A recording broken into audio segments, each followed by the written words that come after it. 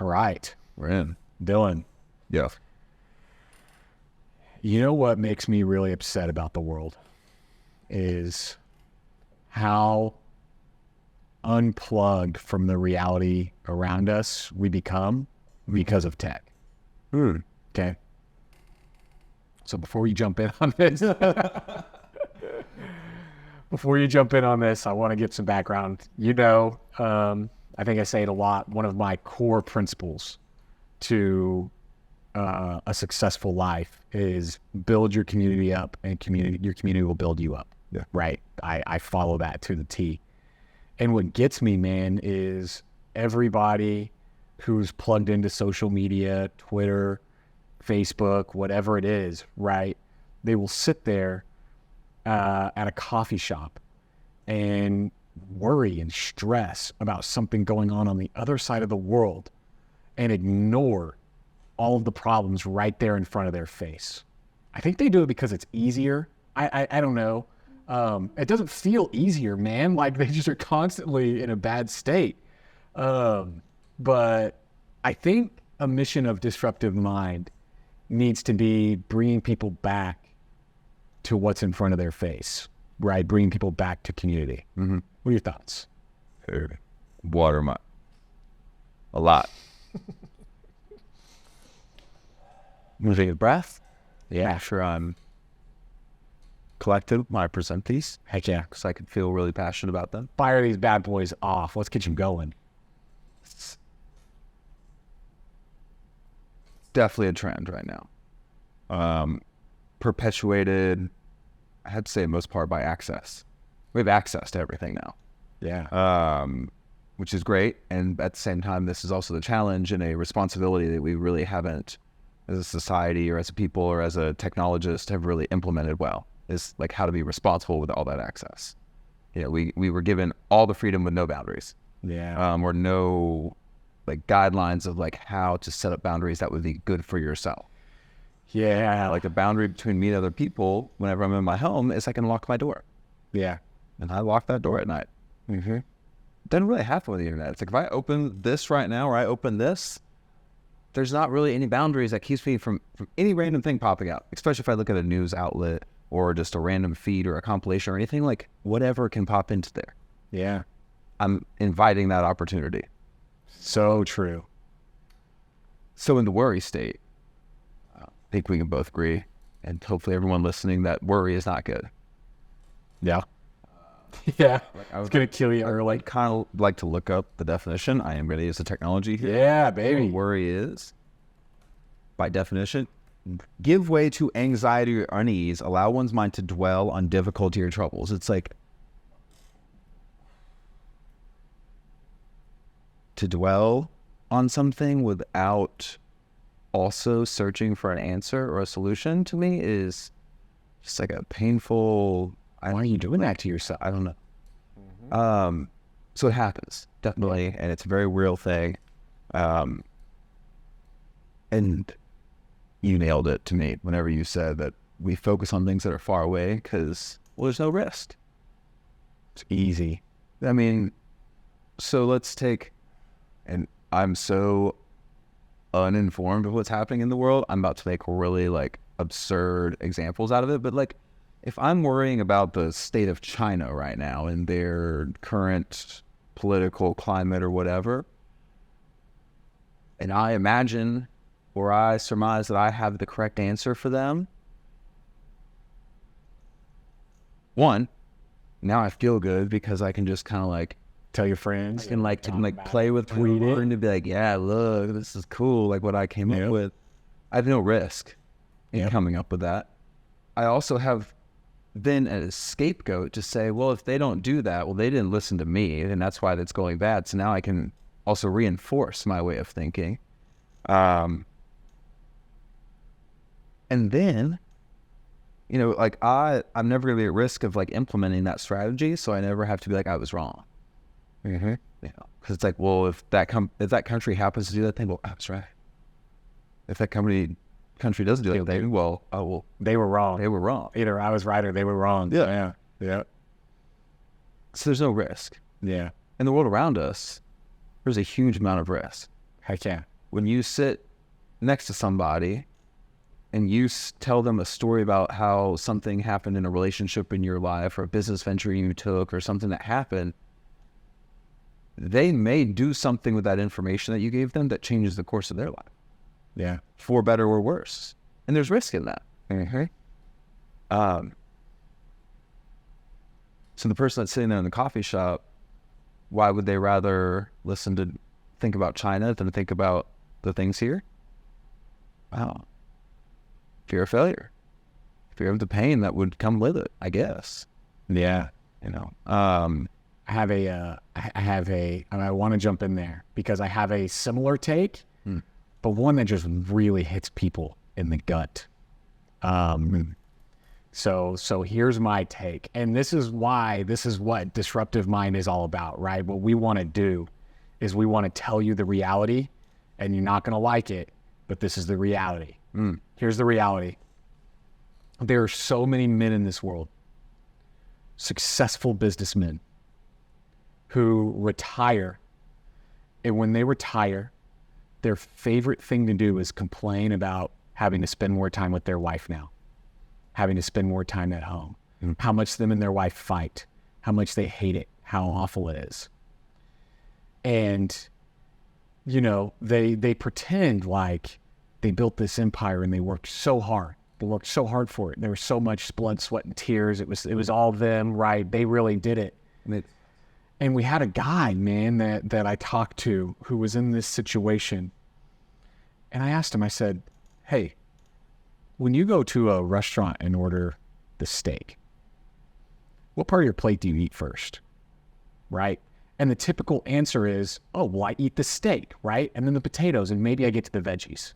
Nobody's like, I dive into the veggies right away. That's what I like to do, And I compared it again to like, okay, what if you're a project manager with a team of software engineers, right?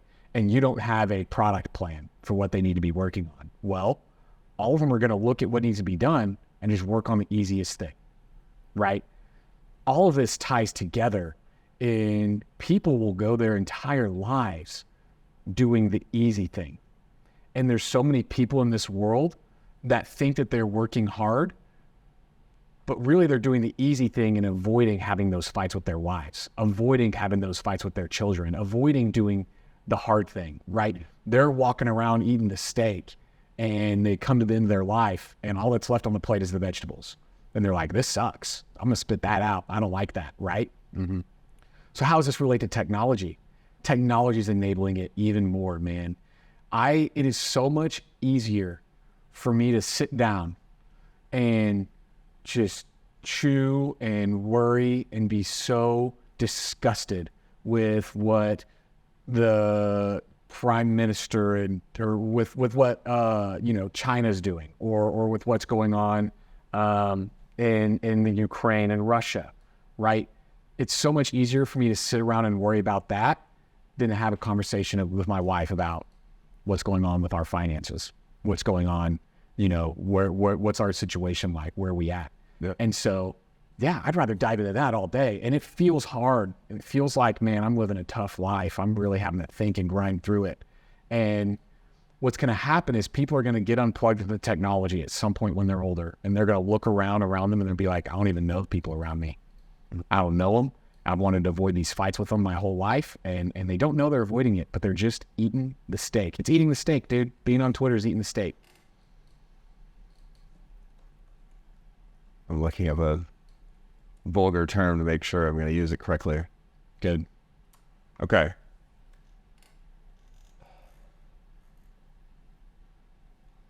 Mental masturbation. Oh, yeah. Basically is the term I've heard for this. That's exactly what it is. Huge today. It's like, it's self-fulfilling, it's self-pleasurable, but boom, from Forbes. The act of following intellectual ideas that are born out of excitement and or novelty, but offer little value to you and your real life goals. That's it. That is exactly what it is. Yep. Just sitting around playing with yourself, basically, in your mind. Which, as we know, it's so purposeful. So, and hard. Yeah. You have to work really hard on it. Really hard.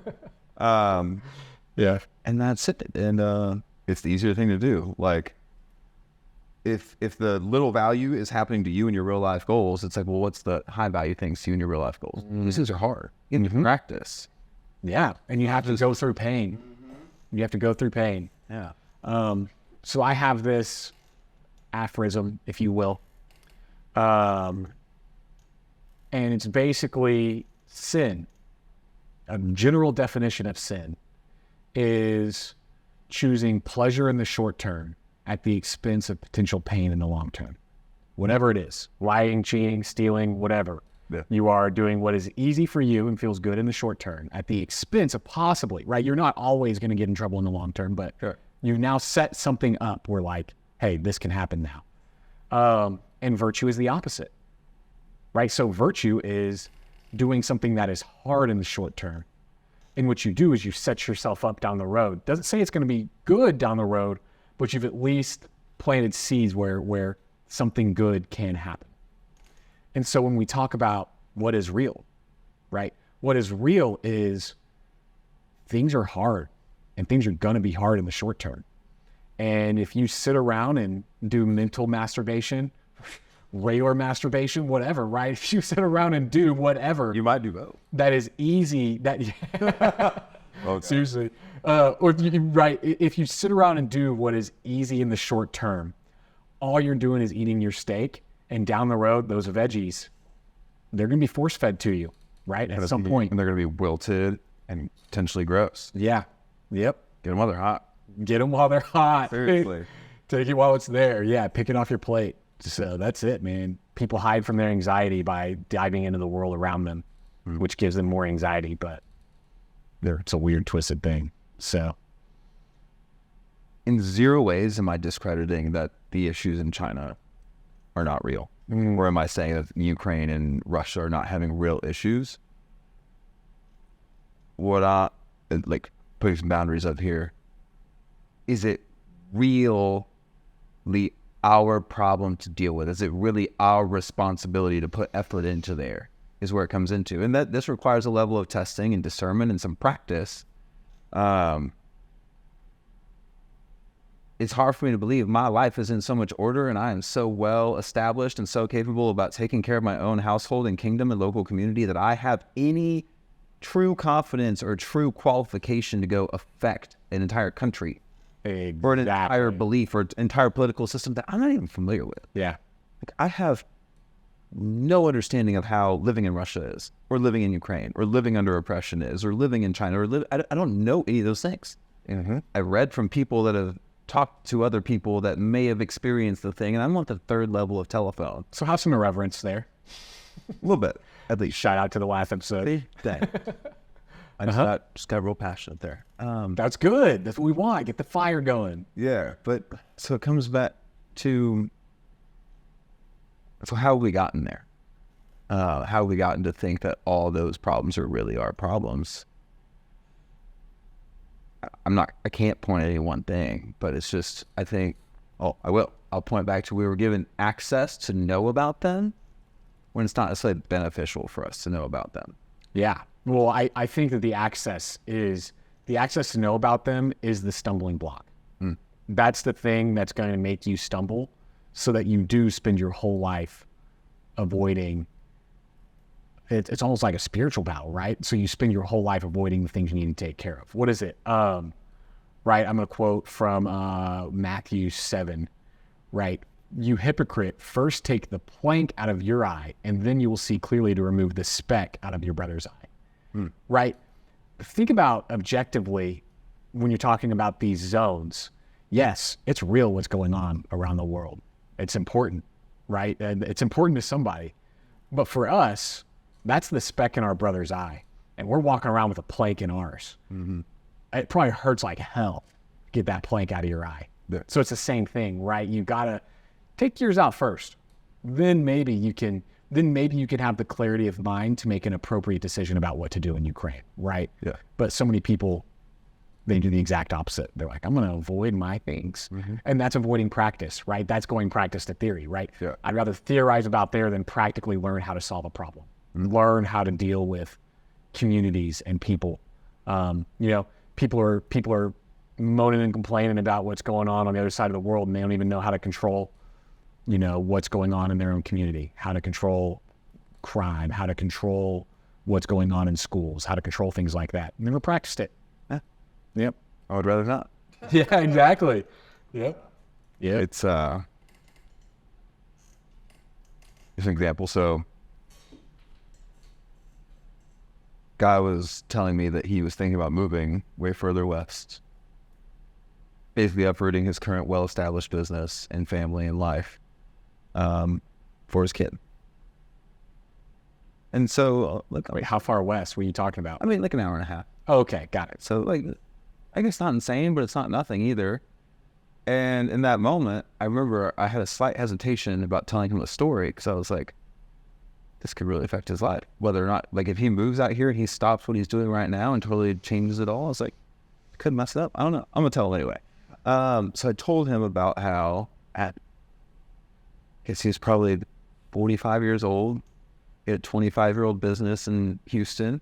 My father was like, I want something different for my son. And so he uprooted his family, stopped doing what he had done his whole life and making tons of money, and he moved to Austin. Yeah. And I told him about that, and I was like, I'm super thankful for it. I can't really measure what it's done for his life, like personally. I believe mine's better for it, though. Yeah. And I told him that, and he did the move. Now, was it because I told him? Maybe not. Like, it could have had some level of impact, but it's like, I had stake in the game, like, and not stake on my plate, but like, I had an investment in there that could turn out positive or negative. I could get some sort of return, or owe something, right? I feel like I owed something. And I don't know that happens as much today. Like, yeah, there is no skin in the game. Yeah. There is none, right? Yeah. The architects are no longer sleeping under the bridges that they built. So not building any bridges either. Yeah, they're also not really they're building bridges in their mind, and they're not doing anything actual. Yeah. So true, man. So true. And so, yeah, with technology driving us out of what's real, what sucks about that, man, is that's why they make so much money, right? They make so much money to make it easier on us, to make us have to think a little less, to make us have to dive into our communities a little less. And long term, we're going to look around and be like, what the heck happened to this place? It's going to look like a nuclear war zone. We're like, what's going on? And to fight that, you have to do a few things, which I know you love this, but what you have to do is you have to lean into the technology, but you have to bring people back to what's real, right? You got to, and you have to use technology to make them see in front of them, which is hard because what you do, nobody wants to pay for that, right? Nobody wants that. It's like it's like forcing them to take medicine. It's like, hey, actually use this to worry about your problems, worry about your real things. There. Thoughts on that? Let's go. Yes. I derived that whole. Yeah, that's all you. I just spitting you back at you. I mean, it's like, what do you call it? A concept? Philosophy. It's a philosophy. Honestly, so he was the CEO of Deloitte at some time. Deloitte, was that what you said? Yeah, once again, don't remember his name. I just remember the quote. It was like, technology very well may be the paradox that brings us back into reality. And I was like, yes, I'll take that. I like that. Take it and run. It gave form to a thought and a feeling in my head that had no form. And I was like, thank you. That's part of sharing. Like, he may help someone work through something that they don't have put together. Yeah. And it's like, oh, go. Yeah. That's why regurgitation isn't all bad, because sometimes it's not. Like, people just you got to have a unique spin on it. You got to practice it. But yeah. But what does that look like? It looks not great for technology companies. They've made a market out of capturing attention and space and time. Yeah. And in order for technology to bring people back together, it's like they need to really cut that down, almost cut it out of their business. It would be the opposite of what they do. It's more of like they need to think more of like, how can I just be a transaction fee on bringing things to light or to real life? Rather than bringing people into virtual reality. Right? Yeah. Other than the exact opposite direction. Yeah. Which, I've experienced VR both in the business and the commercial side, in the enterprise world, and what they're thinking of doing and how adoption's going. And I've seen it on the consumer side. And I love technology. I have no virtual reality devices because I'm like, this is not the goal. No, it's the exact opposite of the goal. Yeah. Do you think it has a better chance at winning strictly because it does, once again, take you away from the problems in front of your face? You don't have to travel anymore. You don't have to do nothing.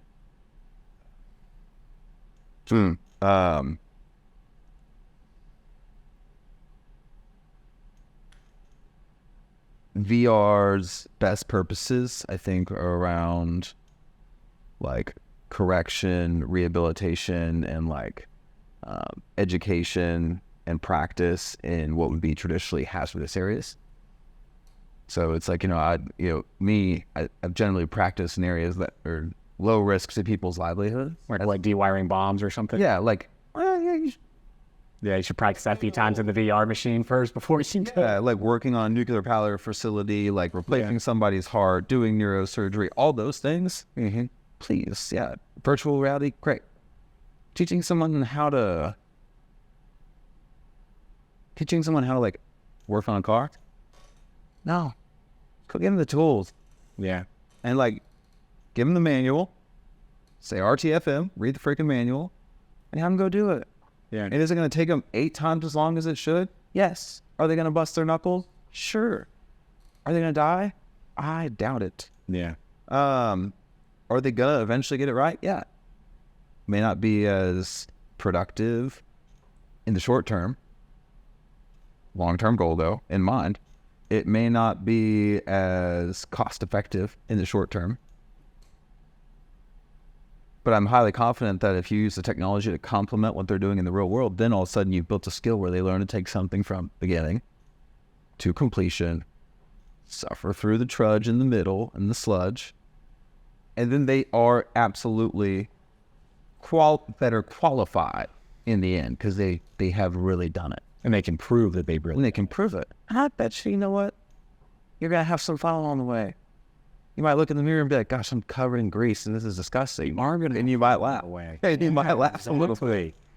You're not going to bust your knuckles doing it in the VR machine. Yeah. And the VR machine will actually probably set you up for a bigger, but more fear when you do it in real life. Because you're going to bust your knuckle and be like, I really messed up. Exactly. So this isn't how it was in the machine. Yeah. Yeah. So it's creating an even more false reality, or it's creating more delusion in your mind. Now for people that want to live in the delusion more, it's probably great. I'm hard pressed to believe. I actually don't know how to formulate that sentence right. I don't know how to use that term. I'd bet money that most people just want their reality to be better, and they won't sacrifice their reality for a virtual one. Interesting. So you think there's a limit to how much people are willing to escape their own reality? Yeah. We're reaching it if so. Yeah. We're really getting to it. I mean, that's what's been the money all along, is escape my reality. Help me find a way to escape the heat outside, arguments with my spouse, the chaos of my children. Mm-hmm. Help me escape that. What can I do? Oh, I can just open up my phone and look at that. Right? Yeah. You think there's a limit to that? And people see, I think my interpretation is that all of virtual reality that has those applications is good, but it's not what's going to make virtual reality take off. On an enterprise level, there's maybe some enterprise level where I think it could pop off. I think that what it's going to do is fool people into a reality that is not true, right? I know people that are setting up offices in virtual reality and have virtual reality offices. right? So I don't even have to go to the office. I don't have to put on pants. I don't have to do nothing, right? It's so easy. I don't have to drive by that really ugly place in my neighborhood that is getting totally destroyed because the economy around it is dying, right? I don't have to look at that ugly thing. I don't have to worry about the things that are outside of my house. Even better, and this is where I think an enterprise would fail us, is what about selling houses through virtual reality and do virtual reality tours? You don't have to drive there. You don't have to see what the streets were like, what the people were like, what the area was like. You don't even know. But you may buy a house off of that because you're like, oh, well, the virtual tour was nice. I think there's ways that it's going to fool us, and those ways where it fools us and keeps us from seeing the reality around us, I think are going to be the ones that pop off, unfortunately. I think it's human nature. Whereas the best applications are the ones you're talking about, right? Where you complement it, where you use that technology to scale a form of practice. Yeah. We've hit this a couple previous times, though. People do the thing that's easier. Always will. And what you just said is the thing that's easier. Yep. I'm delusionally hopeful and idealistic that, Yep. you know. How to make that win is hard. Yeah. We've kind of played this out in a couple movies. The one that's hopping into my mind, though, is Surrogate with Bruce Willis. And if I remember correctly, it's where they basically go into these pods, and these pods control an avatar version of them. That's a robot that operates in the real world. Yeah. The challenge is, it's kind of delusional because the robot never ages, like it never changes. It's got flawless skin, like it looks so great. And then whenever they get out of that pod, they're like these frail, like out of shape, like decrepit looking people. And I think that actually happens today, like less extreme, but like it's like that happens. It happens mentally. It happens mentally. It happens mentally. And Absolutely. And it's like, well, like, first of all, I think it takes a lot of work on our mind to have two totally different, basically, personas that you live in and operate with. That's got to take extra RAM. Like, Yeah. your computer's got 16 gigs and you're using 8 on one and 8 on the other. It's like, why don't you use it all on one? No, I'm not even, just my thoughts. Not a scientist. Just a tech guy. Just a tech guy. Yeah. Yeah. And so we're like, we want to reach our full potential and like be the best we can be. Well, it's like, well, what if you just practice being one person first? Yeah. Try that. Yeah. You might be able to, if you put full effort into just the one, you probably better. Yep. Yeah. What is real? I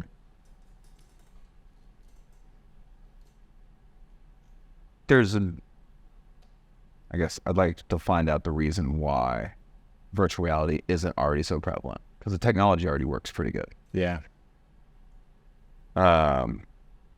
When you see Apple releasing technology, to me, Apple is the institutionalization of technology. They're like, this is established, this really works. When they release it, it's real and it's nice and it's the best version of it. Yeah. It's no longer clunky and whenever it's there. Who said Apple is like living in a garden in a prison, and Android, I can't remember what they said about Android, but to me, it's like, it's like living in Northwest Australia. You know, you have all the freedom, but you're also highly likely to die. That's exactly right. Yep. But so when they're doing it, and people aren't that excited about it, I'm like, whoa. Yeah. In the grand scheme of human existence, it's not that big of a deal in large society. You know, since the 1920s, since technology, I think, has become significantly more prevalent. That's pretty big that, you know, a company like that does something that doesn't necessarily excite the market and take off and isn't in every household. That doesn't happen in a long time. That's true. I guess I say a long time. It's like, What do we know? Yeah. iPhone came out in 2008. Like, I guess it's not been that long. But You know what bugs me too, and this takes it on a different level, but this is even a meta level, that tech is really going to destroy the communities around us. I care for the community so much, man. So this is what gets me. It's now so easy to build something in tech. What do? You have an idea, you got a little bit of money, you go hire somebody overseas to build it. Super cheap. Yeah. Right? And we've gone through this before. America's gone through this before, where all of a sudden it was cheaper to manufacture somewhere else. So we just sent all the jobs there, and all the manufacturing plants went away, right? That's Berkshire Hathaway's origin story. Warren Buffett bought Berkshire Hathaway, manufacturing business. It was awful. He kept it alive as long as he could, shut it down, killed the plant. The city died. The city died. And so right now, everybody's so big on the margins, so big on how easy it is to develop tech, so big on how easy it is to get people unplugged from the world around them. And they don't see they're destroying themselves, and it kills me so much. There's no long-term thought process on, okay, I want this tech project done. I'm going to go hire 20 people overseas for the same price that I could have hired my 2 neighbors to do it. Okay. My 2 neighbors now can't get a job, nowhere to work. So my 2 neighbors, well, maybe they move away, but before they move away, they can't go eat at the restaurant that I love. They can't go shop at the store that I love. Well, now the shop that I love and the restaurant that I love, they don't have the income to keep paying what they're paying. So they shut down, right? So now they've shut down and moved away. Now my neighbors have shut down and moved away. And now I'm sitting here laughing on a pile of money because I had such great margins hiring people overseas to build my tech for me.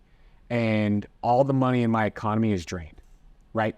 The money in economy is like a bathtub, and you can slosh it around and move it, and it's awesome, right? Your community can have it. As soon as you lift up the drain, it dries out, right? And that's what people are doing, and it makes me so upset that they don't recognize it, because they think that they're being so clever and smart, and they're putting it on Twitter and Facebook and everywhere else and thinking, In America, why wouldn't I do that? Yeah, that's the bad thing, is that's the incentive, right? And what they don't understand, so when I think of build your community up, I have this picture in my mind being like, you know TV mob bosses. Let's say the mob boss is a not bad guy.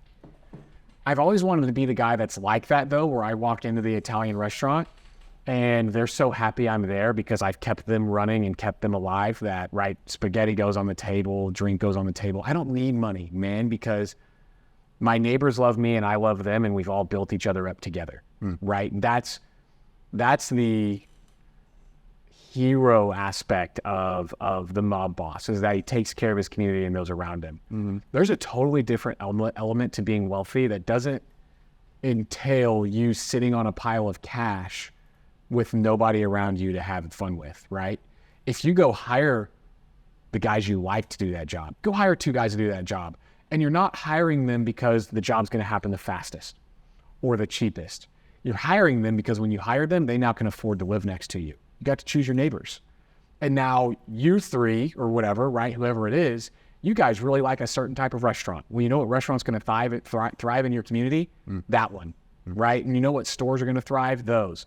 You can truly build and impact your community if you think about business differently. And it's not all about the margins. It's about, what is everybody around me getting out of this, and how do we build the wealth together and fill the bathtub up instead of draining it? And tech is leading the way to draining more bathtubs. Communities are going to be destroyed because of the overseas tech development. So that's just a meta way that tech's killing us. Totally. The building of your community by spending your money there. I did the Founders Institute, which was one of those accelerators in Austin. And one of the people in our group, Bree, one of the taglines for her company was, you can vote with your dollars. And today, people think, if I say that in most conversations, they're thinking, well, yeah, I give money to the political campaign that I want. I boycott businesses I don't like. Boycott businesses. Right, yeah. They don't think about the positive things, like how to positively vote with their money. Like, spending money on the restaurant pays the waiter who lives, a couple doors down from you or whatever, or like pays the taxes to help get on your road. I've heard so many comments about taxes and why they're so bad, and I'm like how we shouldn't have any taxes. I'm like, do you really, like, oh, I could live on my own, it's fine, I'm self-sustaining. I'm like, do you realize who taught everyone else how to drive on the road next to you without running into you? Do you realize who taught, like, all the people that provide, like, your food, how to, like, speak so that they could actually understand your order? Do you realize, like, it's not me personally, and it wasn't you personally, like, it's a whole conglomeration of what we call the government that makes those things happen. Yeah. And it's like, we gotta if we're paying it to some other country, and you're like, well, I'm not excited about where we're at right now. It's like, maybe you should vote for where you are more. Yeah. Spend your money here. I'm not trying to even promote like you need to spend local, or I'm promoting you are voting with your money wherever you spend it for whatever you spend it on. For sure.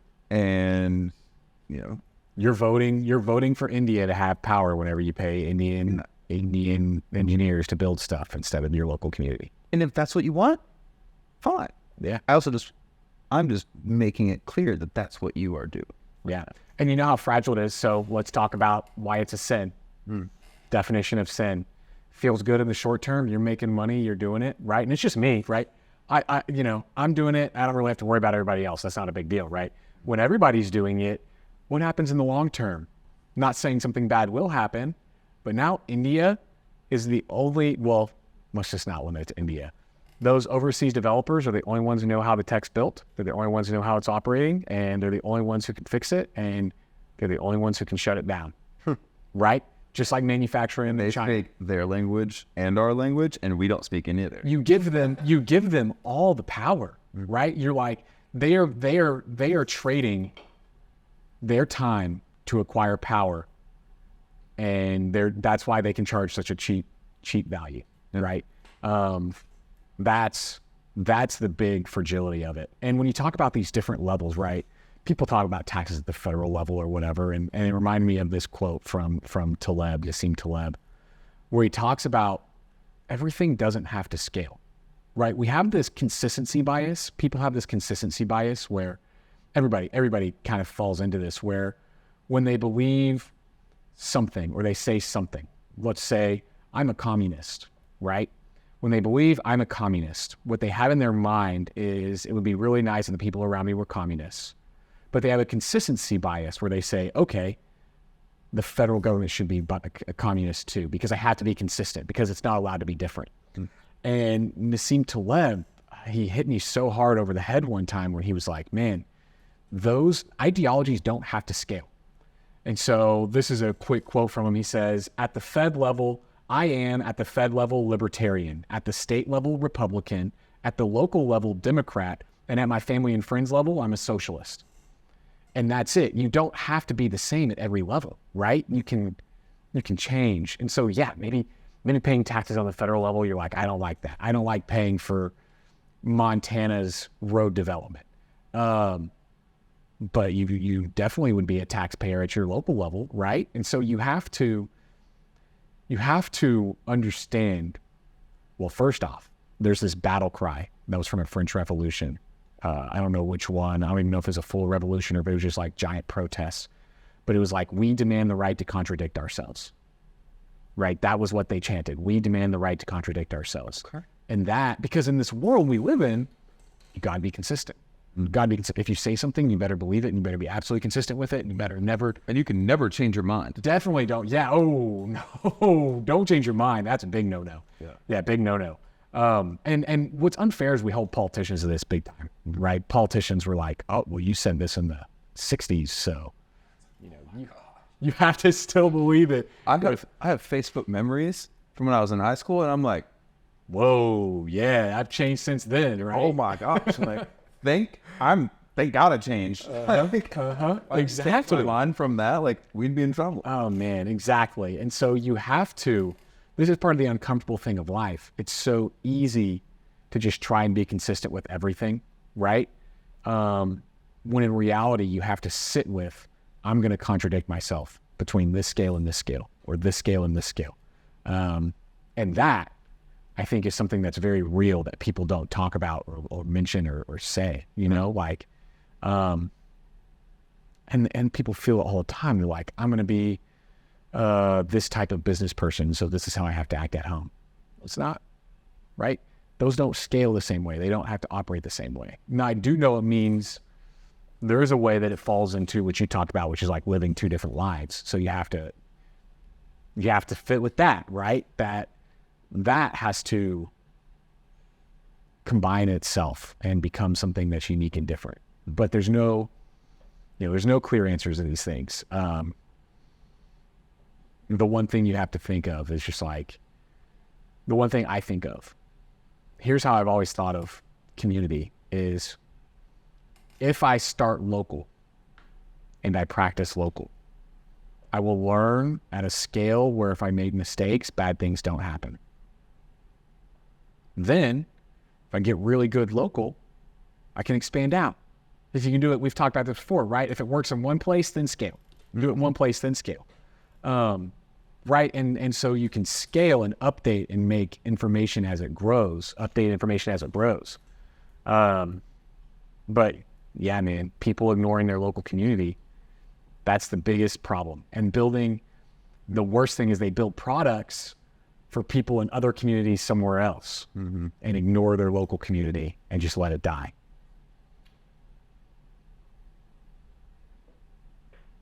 This may have been a book, or it was Paul O'Brien, or someone else.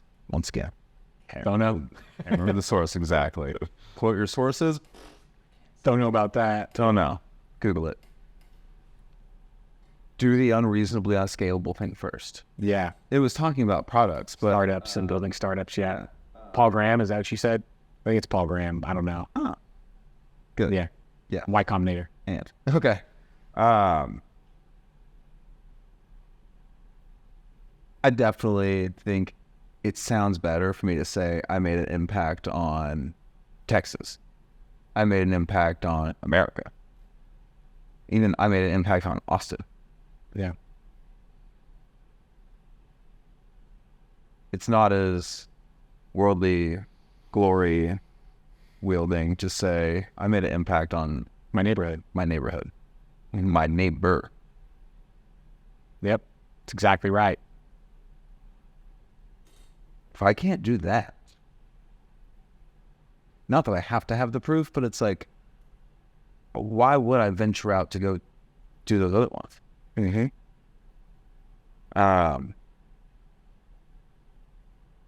It's a hack, bro. Wow. It's a hack to wealth to solve the problems that are right there in your community in front of your face. Yeah. Faster feedback, more information. You're in it. You understand it. You know about it. Yeah, when you build those products for a global or a national segment, you end up with those products that you talked about last week's episode about the ones that like people don't use 40% of the stuff that they buy, these softwares that they buy, right? Like you build something that nobody uses and doesn't add any value to the world because you were just building about some theory that you had. You didn't actually have practice and experience in why it was a problem or what it was. Yeah. So build your community up. Community will build you up.